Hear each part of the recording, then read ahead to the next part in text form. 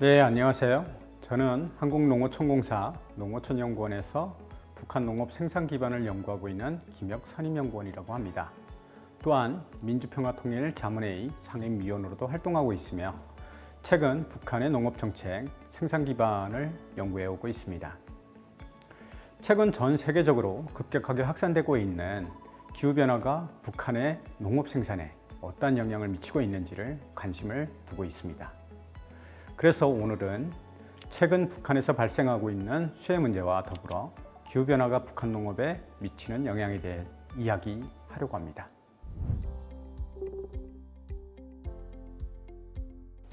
북한의 기후변화가 어떻게 농업에 영향을 미치는지를 이해하기 위해 먼저 이상기후가 북한에서 어떻게 나타나는지를 살펴보겠습니다. 북한에서는 기본적으로 기후위기를 재해성 이상기후라고 표현을 합니다.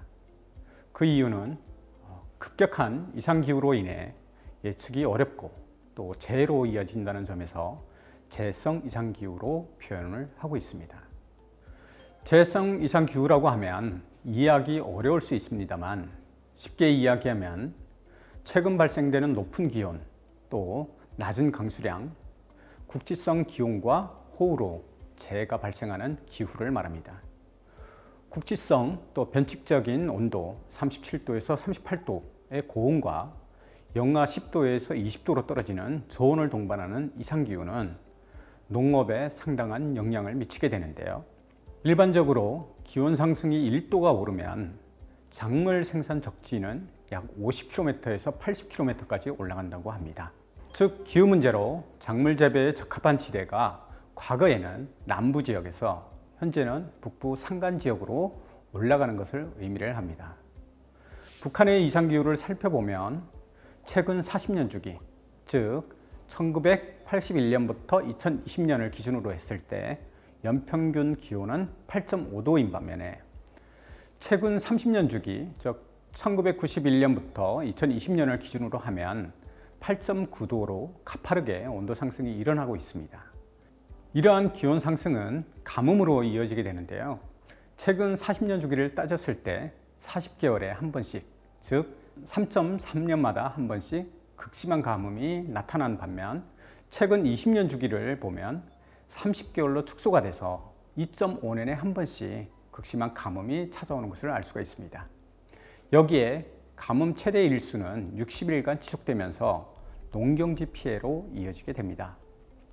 재해성 이상 기후는 기온 상승뿐만 아니라 극심한 폭우를 동반하게 됩니다. 30년 주기 연평균 강수량은 912mm, 또 여름철 543mm, 7, 8월에는 444mm로 7, 8월 장마철에 1년의 강우량의 49%가 집중되고 있습니다. 특히 북한의 지형적 특성상 평야가 많은 서해 연안 지역은 40년 주기 700에서 800mm에 불과하고요.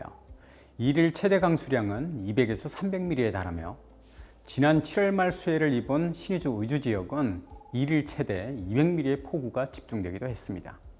결과적으로 재해성 이상 기후는 과거와 달리 미래로 갈수록 그 주기가 빨라지고 또 확대되고 있으며 이를 대비하지 못한다면 북한의 농업은 더욱더 악화될 수밖에 없다는 점입니다.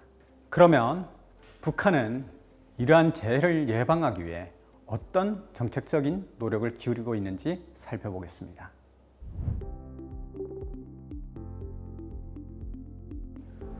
최근 북한은 농업 정책을 자력에 의한 부강, 또 자력에 의한 번영을 강조하고 있습니다.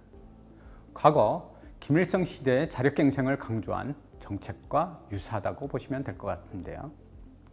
자력에 의한 부강, 번영을 위해 농업에서 선처적으로 집중해야 할 과제로 기반시설 정비보강 사업, 식량생산 체계 변경, 농경지 확대 사업, 과학농사를 강조하고 있습니다. 식량생산 체계는 과거 주 알곡 작물을 쌀과 옥수수에서 쌀과 밀보리로 전환하는 사업이고요. 농경지 확대 사업은 간척지와 새 땅 찾기 운동을 통해 농사를 지을 수 있는 경작지를 확보하는 사업입니다.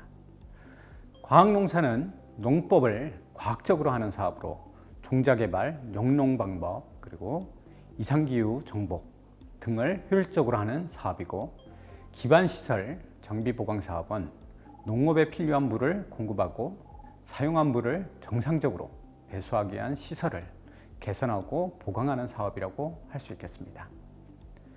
이상기후와 관련해 살펴보면 알곡 생산 체계를 쌀과 옥수수에서 쌀과 밀보리로 전환하는 것은 기온 상승에 따라 장기적으로 밀과 보리의 생산성이 높게 나타나기 때문에 이러한 기온 상승을 대비한 정책이라고 할 수 있겠습니다. 농경지 확대 부분은 북한의 농경지는 기본적으로 약 194만 헥타르인데요. 이 중에 생산성이 높은 벼는 54만 헥타르에 불과하고요. 그래서 곡물 생산성을 높이기 위해 간척 사업을 확대한다라고 볼 수 있겠습니다. 예로부터 농사는 하늘이 결정한다고 할 정도로 날씨가 미치는 영향이 굉장히 큰데요. 이를 대비하기 위해 북한은 기상수문국을 통해 농업 부분에 대응할 수 있도록 정확한 날씨 정보를 전달하는 사업을 강조하고 있습니다. 이상기후와 관련해 가장 중요한 사업이 농업 생산 기반 시설을 확보 또 개선하는 사업입니다. 북한의 생산 기반 시설에는 농업용수를 확보하기 위한 저수지, 양수장, 치입보가 있고요. 물을 공급할 수 있는 수로가 있습니다. 즉, 기온 상승으로 인해 가뭄이 확산되면 농업용수를 더 많이 공급하고 강수량이 높아서 폭우가 내리면 물을 배수하는 시설의 총체를 의미를 합니다. 따라서 농업 생산 기반은 식량 생산의 가장 중요한 기반 시설이라고 할 수 있겠습니다. 예를 들면 2022년에는 북한에서는 봄 가뭄으로 인해 4월 강수량이 40%에 그치고 기온은 평년 대비 2.3도가 높게 나타났습니다. 또 6월에 이른 폭우가 집중이 됐고 낮은 일조량으로 인해 곡물 생산량이 크게 하락했으며 총 생산량은 451만 톤에 그쳤습니다. 북한의 곡물 수요량이 약 560만 톤으로 볼 때 100만 톤이 부족한 수준이라는 걸 알 수가 있습니다. 따라서 북한은 2023년부터 농촌 문제 우선 해결을 목표로 생산 기반 개선 사업을 3년 안에 완성하겠다라는 정책적 목표를 추진 중에 있습니다. 최근 북한이 추진하고 있는 생산 기반 사업의 주요 성과를 보면 농가 밭에 대한 관계 시설을 약 43만 6천 헥타르를 개선했다고 발표를 하고 있습니다. 북한의 전체 농경지 193만 헥타르 중 22.5%에 달하는 규모로 지금의 속도라면 향후 3년이 아니라 6년이 더 소요될 것으로 판단이 됩니다.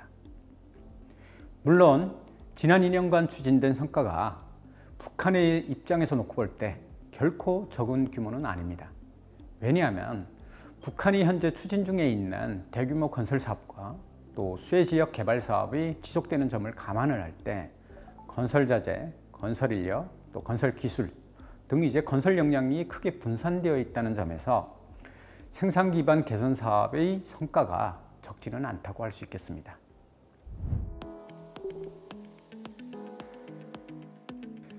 사실 북한의 농업 생산 기반에 대한 사업은 김일성, 김정일 시대에도 지속되어 왔던 사업으로 경제위기 여파로 한동안 재개되지는 못했으나 김정은 시기에 들어오면서 계속해서 추진하는 모습을 보여주고 있습니다. 특히 기후변화에 따른 재난재해가 더욱 극심해지면서 2010년대 김정은 집권 이후 농업 생산 안정성을 확보하기 위한 정책을 강화하는 데 집중해왔던 것도 사실입니다. 북한은 1950년대부터 저수지, 양수장, 또 취입보, 지하수를 비롯해서 농업용수를 확보하기 위한 시설을 건설하고 또 평남관계, 기안관계, 연백관계, 천리물길 등 서해 연안의 농업 대단위 지역에 장거리 용수로를 조성을 해왔습니다. 1990년대 경제 위기를 겪으면서 기반 조성 사업이 크게 확대되지 못하다가 2000년대 초부터 국제사회의 차관과 원조를 받아 개천 태송호 물길, 백마 철산 물길을 건설했으며 이후 자체적으로 자연 흐름식 물길을 건설하고 있습니다. 지난해에는 12 삼천리벌에 농업용수를 공급할 수 있는 청천강 평남관계공사와 황주 긴등물길 공사를 자연 흐름식으로 조성하는 등 농업 생산성을 안정적이고 높이기 위한 그러한 노력을 기울이고 있는 것으로 나타나고 있습니다. 그러나 북한의 이러한 개선을 위한 노력과 달리 기존에 조성된 생산 기반의 다수가 50년대에서 70년대 사이에 조성된 시설로 시설의 노후화가 심각하고요. 기후변화를 대응하는 데 한계가 있습니다. 북한의 농업용수 이용 구조를 보면 저수지가 43%, 양수장이 39%, 취입보가 16%를 차지하는데 이 중에 특히 높은 양수장 의존도는 부족한 전력으로 인해 제때 가동하기 어려운 실정입니다. 또한 북한의 저수지는 산간 지역에 대규모로 조성되는데 그로 인해 먼 곳에서부터 물을 끌어오는 장거리 관계를 하고 있어 중도 손실률도 굉장히 높고요. 하류 지역에는 농업용수를 제때 공급받지 못하는 일이 자주 발생한다는 점입니다. 결과적으로 생산 기반이 부족함에 따라 변화하는 재해성 이상기후를 대비하지 못하고 계속해서 재난재해를 겪고 있다는 사실입니다.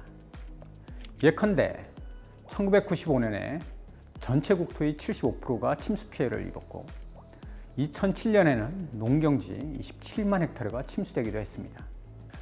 특히 2010년대에 들어 기후변화가 빠르게 나타나면서 매년 가뭄과 홍수로 재난재해를 입고 있는 것이 현실입니다. 비교적 최근인 지난 2023년에는 강원도 안병군에 배수가 제대로 이루어지지 않아 약 200여 헥타르의 논이 침수되는 피해를 입었습니다. 지난 7월에는 평안북도 자강도 지역 폭우로 압록강 하류에 위치한 평안북도 의주군 신의주 일대에 약 5,500헥타르의 농경지가 피해를 입었으며 약 12,577톤의 곡물 손실을 입었습니다.